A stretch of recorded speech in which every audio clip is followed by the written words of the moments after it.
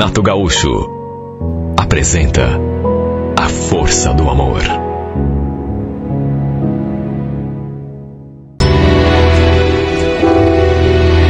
Sabe quando eu lembro daquele dia? Passa assim um filme na minha cabeça. Eu jamais poderia imaginar que fosse passar por tudo o que acabei passando quando recebemos a visita da minha tia lá em casa.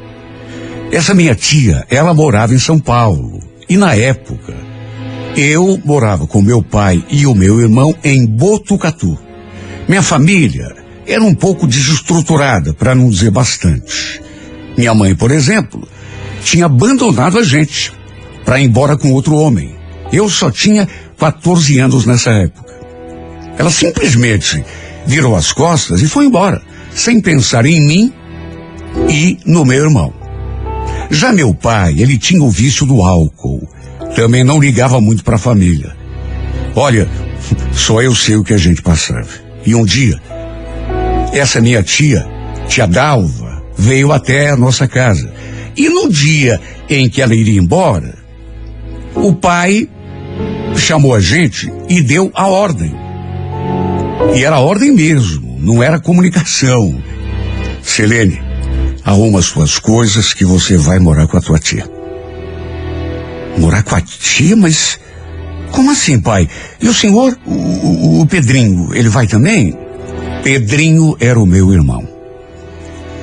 E segundo o pai, ele iria ficar. Apenas eu iria embora com a tia. Naquela época, já fazia mais de 2 anos que minha mãe tinha nos abandonado. Eu já era uma mocinha de quase 17 anos. E a nossa vida andava tão difícil. A gente passava tanta necessidade, inclusive fome. Para se ter uma ideia, eu quase não tinha nem roupa para vestir. Aí meu pai falou aquilo e eu pensei no meu irmãozinho e até no pai. Fiquei com pena de deixar os dois ali, só que fazer o que eu não tinha escolha. Era uma ordem. Segundo a tia, indo morar com ela, eu teria uma vida muito melhor. Foi o que ela me garantiu. E sabe, de um lado, eu fiquei empolgada. Só que por outro lado, não dá para negar que fui com o coração apertado. Me senti dividida, porque não queria deixar o pai e o Pedrinho para trás. Só que a tia falou que sempre quando desse, me levaria de volta para visitá-los, para matar a saudade. De modo que acabei embarcando naquele carro com ela e fomos direto para São Paulo. Ah, se eu imaginasse. Eu pensava que eles morassem na cidade grande. Só que acabamos indo direto para uma espécie de chácara. Tinha tanques de peixe, tinha um salão, tinha um bar. A tia me explicou que era um pesqueiro, mas que nos finais de semana também costumava ter baile. Sabe, quando vi aquilo, fiquei animada, porque não fazia parte do meu dia a dia. Imagine baile. E também havia alguns quartos. Eu não sabia absolutamente nada da vida, mas não sabia nada mesmo. Ainda não tinha completado 18 anos, só que acabei descobrindo em seguida que aquele lugar, na verdade, não era só um pesqueiro ou um local onde havia bailes de vez em quando, mas sim uma casa de mulheres da vida. A intenção da minha tia, isso eu só fui descobrir depois, quando ela me tirou lá de casa, não era dar uma vida melhor, era me explorar, me fazer trabalhar para ela e o tio naquele lugar. Havia naturalmente outras meninas ali, umas mais velhas, outras mais novas. Lembro da tia falando: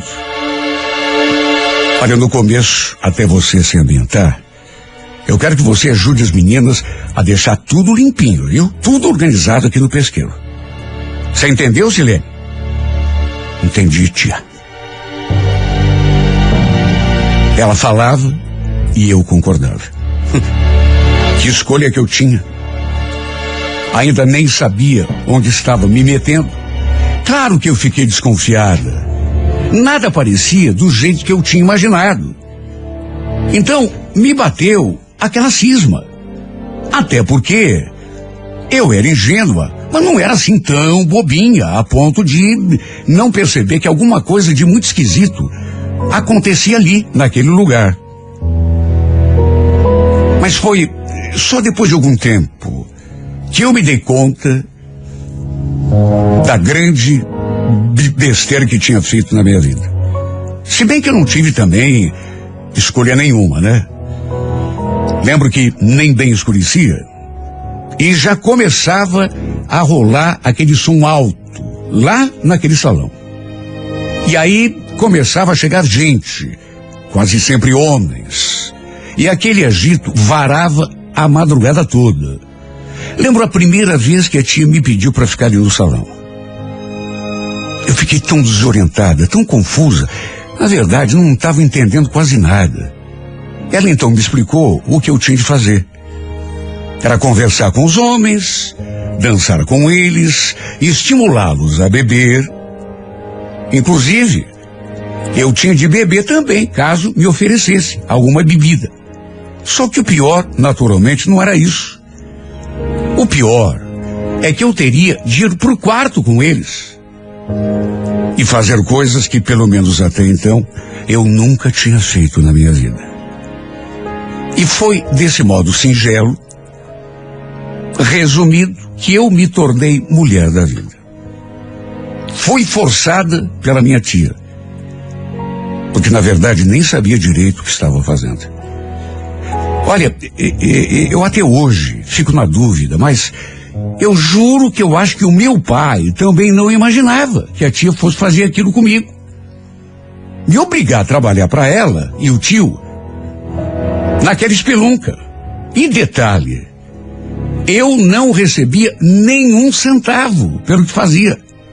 Me prostituía em troca de comida, roupa e um lugar para dormir. Olha, quando eu lembro de tudo que essa mulher me fez passar, minha vontade é de voltar no tempo e esganá-la quando ela pediu ao meu pai para me levar embora com ela. Claro que eu não imaginava. Era apenas uma menina. A primeira noite, lembro que eu só chorei. Minha vontade era morrer, ou então fugir daquele lugar. Mas fugir de que jeito? Eu estava tão desesperada que comecei a chamar pela minha mãe. Até pela minha tia eu chamei, mesmo sabendo que ela era responsável por tudo aquilo que me obrigava a passar. Eu, na verdade, me tornei uma espécie de prisioneira da minha própria tia. Ela me obrigava, repito, a me prostituir em troca de comida, de roupa e uma cama para dormir. No começo, eu não tinha boca para nada, fui aceitando, me resignando. Mas lembro que um dia eu perguntei por que é que ele estava fazendo aquilo comigo. Ela me olhou assim com desdém e só falou aquilo: nada nessa vida é de graça, meu bem. E é bom que você aprenda isso desde cedo. Eu então falei que queria ir embora, voltar para a casa do meu pai. Mas ela retrucou: tudo bem, se você quer voltar, não sou eu que vou te impedir. Só que primeiro, você vai me pagar tudo o que você me deve. Essas roupas que você usa, o quarto onde você dorme, a comida que você come, o perfume, a maquiagem que você usa. Você pensa que isso tudo vem de graça? Isso custa dinheiro. Você tem dinheiro para me pagar? Responda, você tem? Não, tia.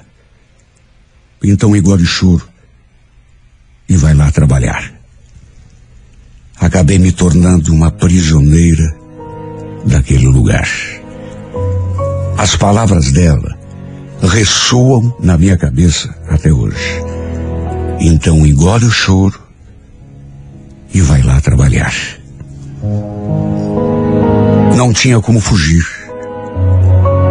Embora essa fosse a ideia que mais passava pela minha cabeça. Era meu sonho de liberdade. Só que fugir como? Sempre tinha alguém de olho ali, na gente, não só em mim, mas nas outras meninas também. Eu já tinha ficado sabendo de algumas mulheres que haviam tentado fugir. Enfim, a situação delas se tornou ainda pior. Nenhuma delas conseguiu. Nem nos meus piores pesadelos eu poderia imaginar que a tia, irmã do meu pai, pudesse ser capaz de fazer aquilo comigo. No fim, acabei me conformando com aquele meu destino. Embora no fundo, mantivesse ainda aquela esperança, aquele fiozinho de esperança de um dia sair daquele lugar. Depois de alguns meses naquela vida, acabei engravidando. E acredite quem quiser, nem mesmo a minha gravidez impediu a minha tia de me fazer continuar trabalhando. Ela me obrigava a dar expediente, mesmo de barriga. Chegou a dizer que alguns homens preferiam ir para o quarto com mulher grávida, como se fosse assim uma fantasia. Olha só, eu sei o que eu passei. O pior é que eu nem sabia quem era o pai do meu filho. Meu Deus, eu só queria ter a minha mãe ali do meu lado. Por mais que ela não ligasse pra gente, por mais que ela tivesse nos abandonado e ido embora na companhia de outro homem, tinha noites que eu chorava pela minha mãe. Eu não estava preparado para ter um filho tão cedo. Já tinha 18 anos, tudo bem, mas não tinha estrutura para maternidade, ainda menos vivendo naquela situação. E mesmo depois que eu dei à luz, meu sofrimento continuou. Eu cuidava do bebê durante o dia, mas tinha de ir lá satisfazer os homens no salão quando tinha expediente. Já fazia mais de 2 anos que eu estava naquele lugar. Quando uma noite aconteceu uma coisa que foi assim, digamos, fora do imaginário. Eu não imaginava viver uma situação daquela, pelo menos não ali, naquele lugar, fazendo aquilo que eu fazia. Lembro que aquela noite estava assim, bem fraca, pouco movimento. E de repente, tinha pouca gente no salão, eu num canto, assim, meio desanimada, quando de repente um homem se aproximou de mim. Lembro que ele estava usando um chapéu. Foi a primeira coisa que eu reparei, o chapéu. Chapéu de cowboy. Camisa xadrez, calça jeans, cinta com uma fivelas e redonda. Parecia um cowboy. Ele me cumprimentou, perguntou meu nome e se eu aceitava uma bebida. Eu fiz aquilo que fazia todas as noites, o que era obrigado a fazer. Segui o script, procurando sempre ser a pessoa mais simpática possível. Até que no fim acabamos indo para o quarto. O detalhe foi que em vez de vir com tudo para cima de mim, como todos os homens faziam, não. Ele ficou conversando comigo. Lembro da fala dele, assim, bem calma. Sabia que não é a primeira vez que eu venho aqui? E sempre fico reparando em você. Desde o primeiro dia, eu te achei tão linda, sabe? Mas, não sei se é impressão minha, mas você é meio triste. Pelo menos é a sensação que eu tenho. Hoje, por exemplo, você estava lá naquele canto, toda jururu. Olha, normalmente eu não costumava me abrir com os clientes, até porque nem eles queriam muita conversa. Até porque se a tia ou tio soubesse que a gente andava comentando alguma coisa com alguém, era encrenca pra gente. Só que, não sei explicar, talvez eu estivesse muito carente, muito sentimental. E o jeito calmo daquele homem me passou assim uma tranquilidade, uma paz tão grande. Lembro que acabei respondendo a observação dele. Tô jururu porque eu não queria estar aqui nesse lugar. Você não queria, mas Você precisa estar aqui, é isso? Por que você não vai embora? Meus tios não deixam. Olha, a gente começou a conversar. E repito, esse homem me passou tanta segurança que eu que tinha me tornado uma pessoa fechada, quando vi, já tinha contado minha história toda para ele, desde o começo. Desde quando meus tios apareceram lá em casa e convenceram o meu pai a deixá-los me levar com eles. E foi inevitável porque era uma história tão triste. Eu comecei a chorar enquanto fazia aquele relato. Aliás, era a primeira vez que eu conversava com alguém sobre aquela fase da minha vida. Nem com as outras meninas eu me abria, com medo de que meus tios fizessem alguma coisa contra mim, ou contra elas, né? Olha, cheguei a falar até do meu filho. Ele ficou ali me consolando, chegou a me dar um abraço, ficou assim me fazendo um carinho. Agora, o que realmente eu não estava entendendo é que aquele homem, mesmo sendo um completo desconhecido para mim, como estava me fazendo bem. Aquele tratamento dele comigo, aquela atenção, como eu estava precisando daquilo, meu Deus. Desde que tinha saído da casa do meu pai, foi a primeira vez que me senti protegida. Ele ficou indignado quando soube que meus tios me obrigavam a me prostituir. O fato é que, em vez de fazer um programa sexual comigo, ele ficou ali conversando, me consolando, me dando atenção. Coisas que, para ser bem sincera, eu já nem sabia direito o que era. Depois ele falou que ia pensar em alguma coisa para me ajudar. O fato é que o acontecido naquela noite mexeu muito comigo. Passei a ficar mais esperançosa de que, quem sabe, eu conseguisse me livrar daquela vida. Ir embora daquele lugar com meu filho. Viver uma vida normal como qualquer outra pessoa. Vez ou outra, ele reaparecia ali. Às vezes a gente ia pro quarto. Só que o estranho de tudo, ele nunca tentou fazer sexo comigo. Nunca. A gente ficava ali, mesmo dentro do quarto, sentados na cama, só conversando. E como eu me sentia bem com a sua presença. Por conta daquele jeito carinhoso dele comigo. Eu acabei me afeiçoando. Tanto que quando o vi entrando pela porta, parece que aquele salão se iluminava. Meu coração batia forte. Eu sentia até vontade de sorrir.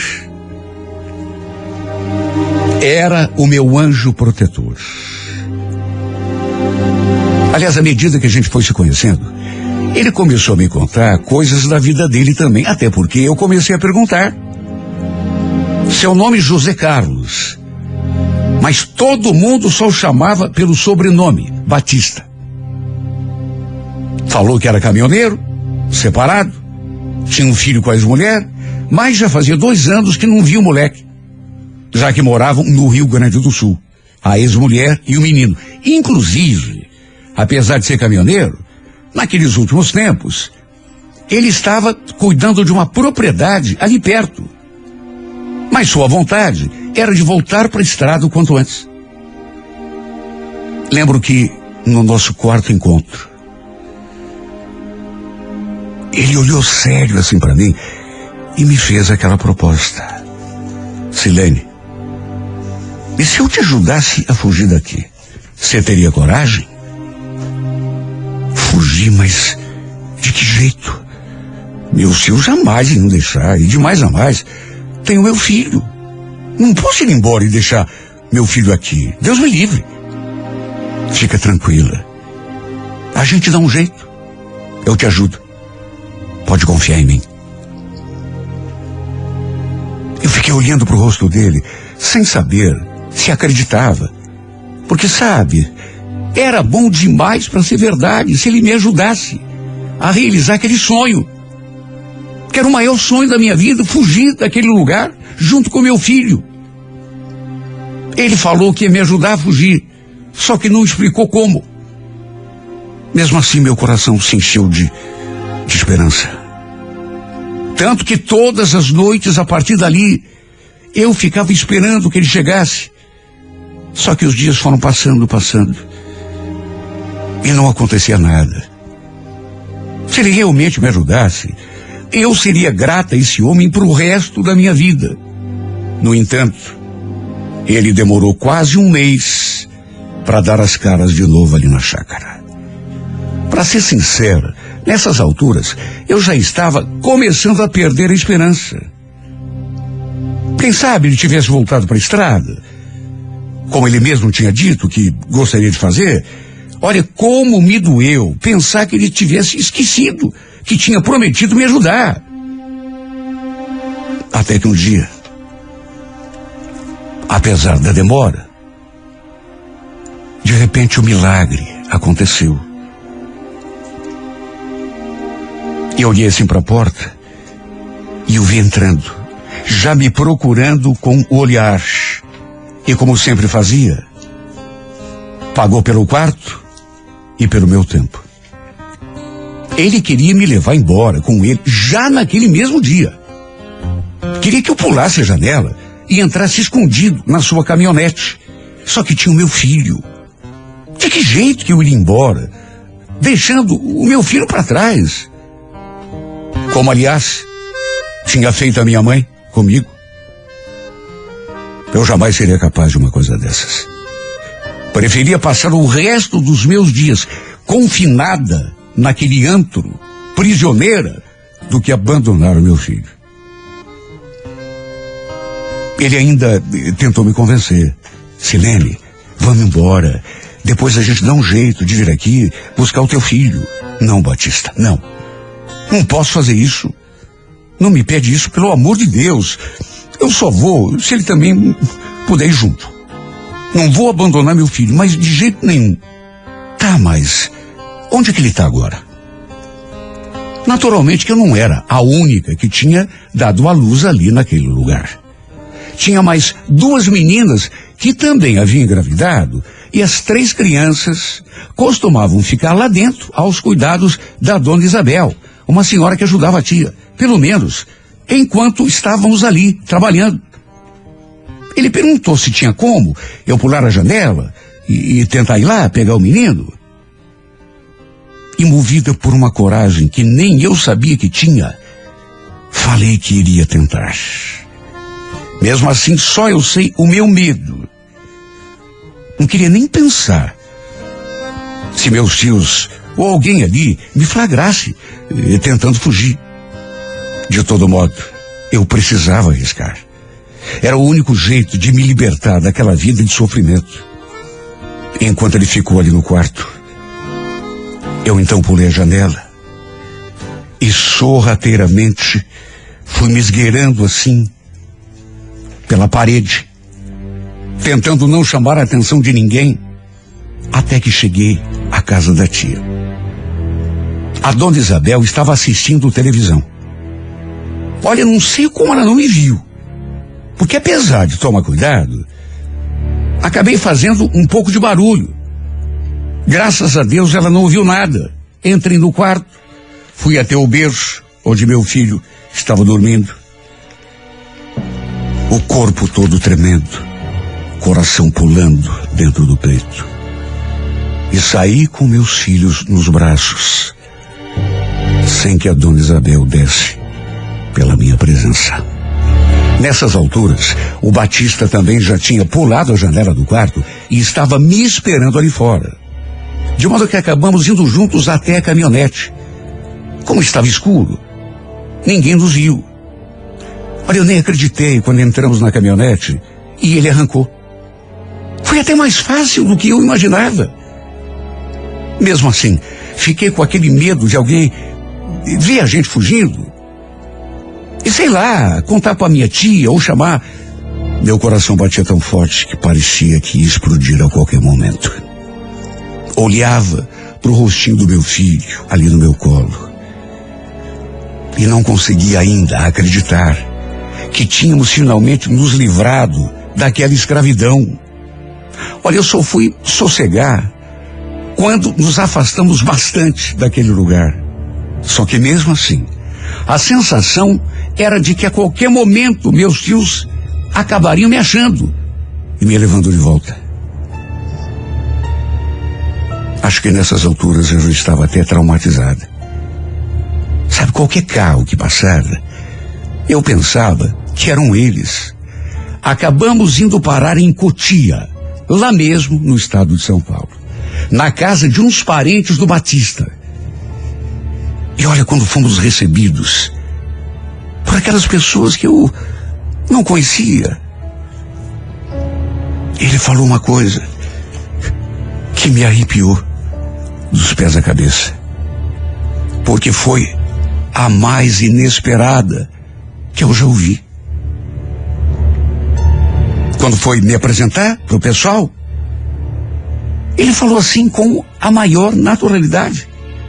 Então, pessoal, essa aqui é Silene, tio, Silene, minha esposa. E esse aqui é o meu filho, o nome dele é João Pedro. Eu olhei para a cara dele, sem entender.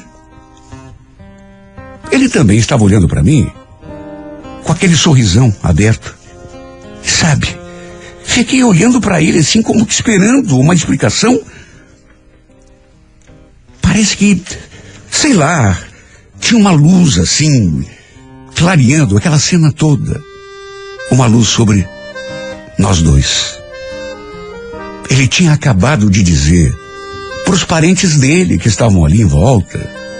Ele falou para todo mundo que eu era sua mulher e que meu filho era filho dele também.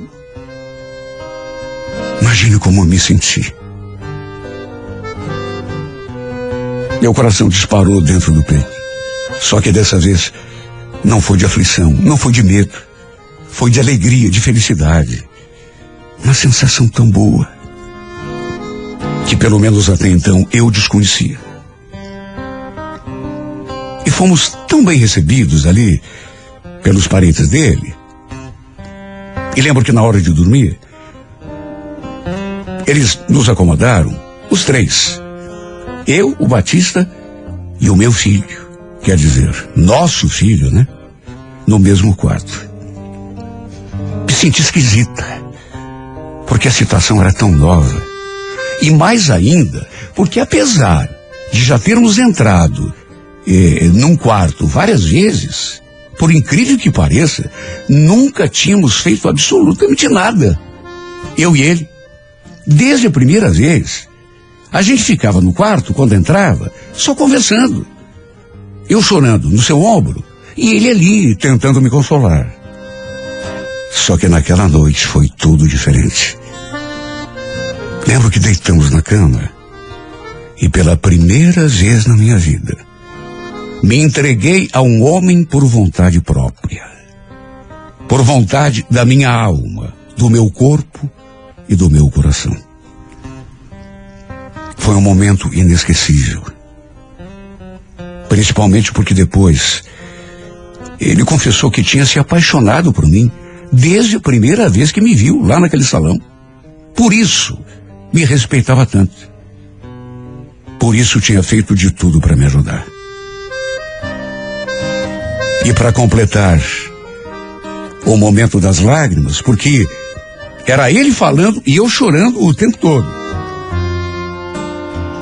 Para arrancar de mim as últimas lágrimas que talvez eu ainda tivesse, ele completou aquela noite com aquele pedido.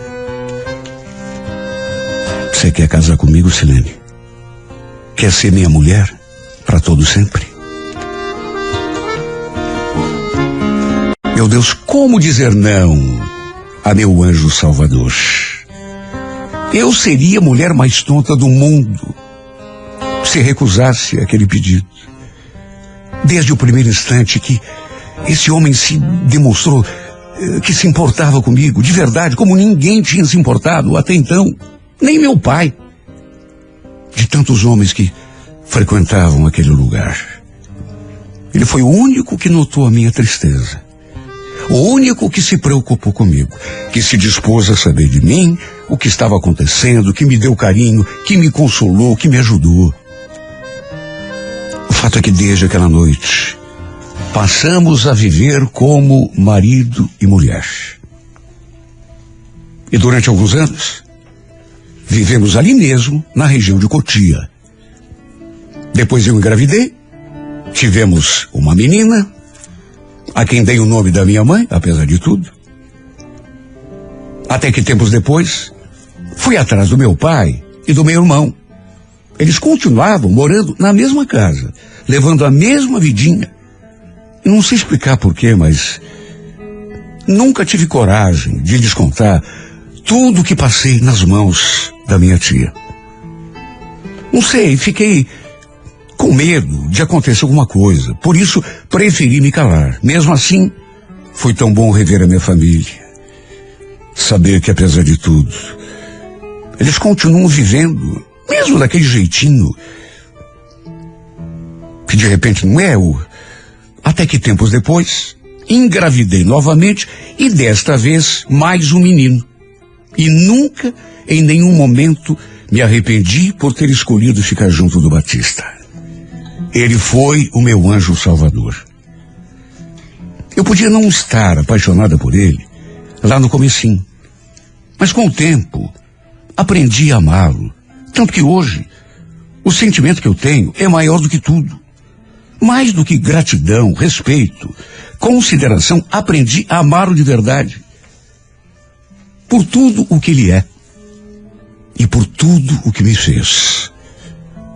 Por tudo que representa na minha vida. Quanto a meus filhos, apesar da mágoa, preferi deixá-los para lá. Fazer de conta que nada daquilo aconteceu. De todo modo, espero nunca mais vê-los novamente. Hoje estamos morando aqui na região de São José dos Pinhais. Meu marido voltou a ser caminhoneiro, só que trabalha apenas aqui na região. Nesse mês completamos 19 anos juntos. Parece que foi ontem que eu o conheci. Que eu vi pela primeira vez naquele salão, entrando pela porta, vestido como se fosse um cowboy. Não foi amor à primeira vista. Só que depois, o que ele despertou em mim foi amor para toda a vida. Porque o que esse homem fez por mim, ninguém faria. Ninguém jamais seria capaz de fazer. Mesmo se eu vivesse 1 milhão de anos, não poderia retribuir o bem que ele me fez. Ele foi o meu anjo salvador. Me estendeu a mão para me levantar da cama, para me tirar do inferno em que eu vivia e me conduzir ao paraíso.